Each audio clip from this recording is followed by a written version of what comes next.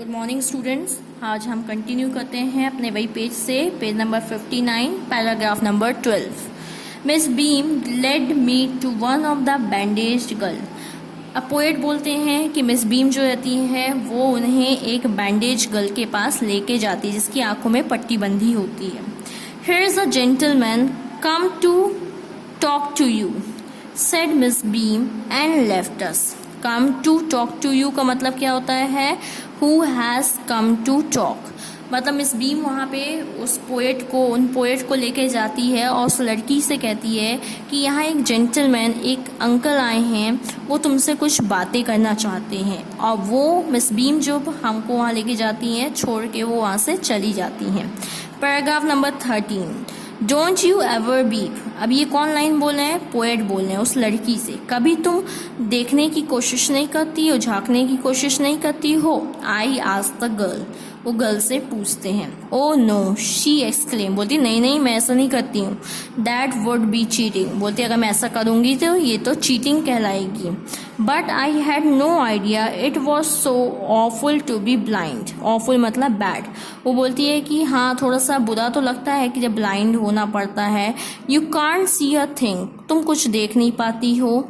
You feel you are going to be hit by something every moment. वो बोलती है मुझे बस ऐसा लगता है कि मैं अभी किसी चीज़ से टकरा गई, गिर गई, ऐसा फील होता है। ऐसा लगता है कि अभी चोट लगी मुझे। It's such a relief just to sit down. इसमें बैठे रहो तो ज़्यादा सही लगता है कि कहीं आपको गिरने की या चोट लगने की डर नहीं रहती है। Are your helpers kind to you? I asked. वो जो पोएट रहते हैं वो उस लड़की से पूछते हैं कि जो तुम्हारी हेल्प करने वाले रहते हैं वो तुम्हारे साथ काइंड बिहेव करते हैं, मतलब पोलाइटली बिहेव करते हैं, तुम्हारी मदद करते हैं क्या? Paragraph number 14, fairly but they were not as careful as I shall be when it is my turn. वो बोलती है कि हाँ करते हैं बट उतनी ही नहीं करते जितनी जब मेरी टर्न होती है मैं उनकी करती हूँ। Those that have been blind already are the best helpers। लेकिन जो पहले एक ब्लाइंड डे को फेस कर लिए होते, जो पहले ब्लाइंड डे देख लिए रहते हैं, वो अच्छी लेकिन मदद करते हैं क्योंकि उन्हें पता होता है कि कितना डिफ़िकल्ट होता है ये सिचुएशन। इट्स परफेक्टली गैसली not to see. I wish you had try. गैसली का मतलब फियर। बोलती बस बहुत डर लगता रहता है कि कहीं अभी चोट ना लग जाए, कहीं मैं अभी गिर ना जाऊं, लेकिन मैं कहती हूँ कि आपको भी कभी ये ट्राई करना चाहिए। Shall I lead you anywhere? I asked. अब जो पोएट थे वो बोलते हैं कि तुम्हें कहीं जाना है क्या, मैं तुमको कहीं छोड़ दूँ? चलिए अब नेक्स्ट पेज में आते हैं। Page number 60, paragraph number 15। Oh yes, she said, let's go for a little walk. वो लड़की जो है वो बोलती है चलिए हाँ चलते हैं, थोड़ा सा घूम के आते हैं, थोड़ा वॉक करके आते हैं। Only you must tell me about things I shall be so glad when today is over. वो लड़की बोलती है कि मैं आपको बताऊं जब ये दिन ख़त्म हो जाएगा तो मुझे बहुत ज़्यादा खुशी होगी। The other bad days can't be half as bad as this.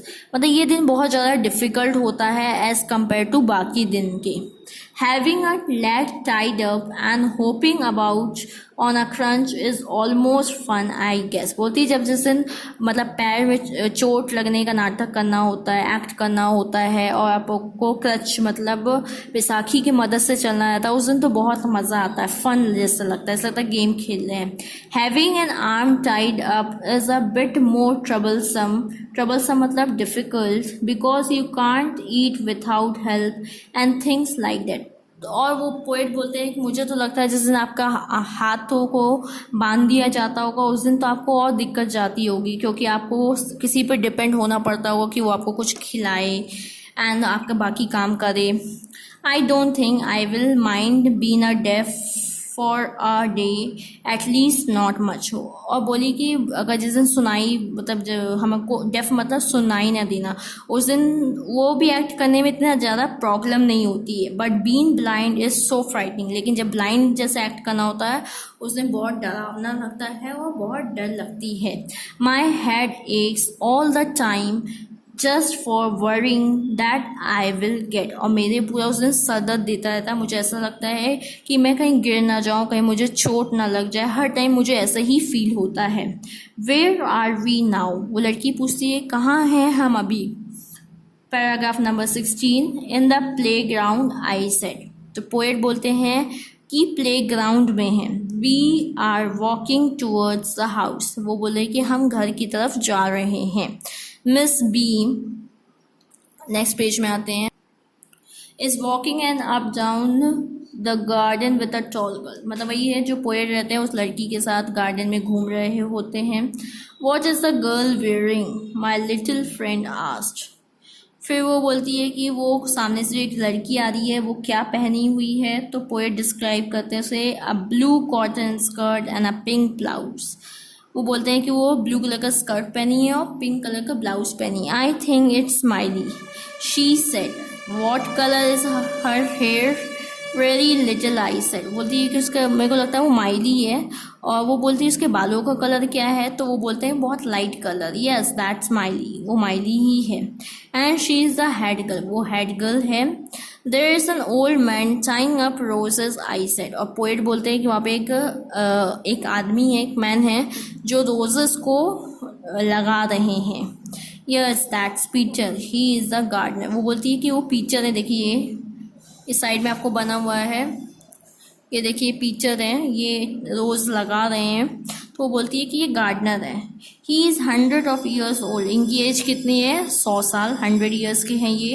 And here comes a girl with, ये देखिए एक लड़की आ रही है, इसके कर्ली हेयर है, curly red hair. She is on crutches, crutches देखिए ये होते हैं बैसाखी जिस पे चलते हैं। That's Anita, she said. वो बोलती है ये अनीता है।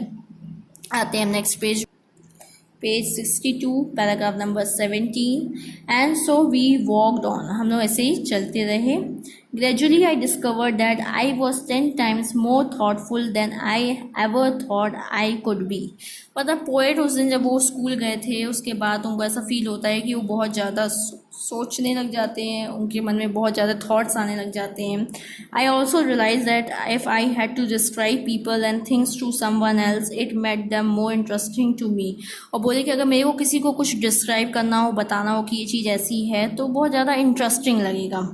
When I finally had to leave, I told Miss Beam that I was very sorry to go. और जब उनको वहाँ से जाना पड़ गया स्कूल से, तो वो प्रिंसिपल से मिले, मिस बीम से, बोले कि मुझे जाना पड़ेगा, I am sorry. She replied, then there is something in my system after all. फिर उन्होंने बोला कि हमारे स्कूल का ऐसा ही सिस्टम है, ऐसे ही चलता रहता है हमारे स्कूल में। और वो बताती हैं, इसके राइटर थे EVS लूकस। आई होप आपको स्टोरी पसंद आई होगी एंड आप कुछ सीखे होंगे कि हमें कभी किसी पे हंसना नहीं चाहिए, सबकी रिस्पेक्ट करनी चाहिए और सबकी हेल्प करनी चाहिए, सबकी केयर करनी चाहिए और हमें सबके लिए काइंड होना चाहिए। और किसी को अगर देखने में, सुनने में या बोलने में, तो हमें उसका कभी मजाक नहीं उड़ाना चाहिए, क्योंकि सब को भगवान ने बनाया है और कुछ ना कुछ कमी तो सब में रहती है, लेकिन हमें उससे कभी उसका मजाक नहीं उड़ाना चाहिए। Thank you.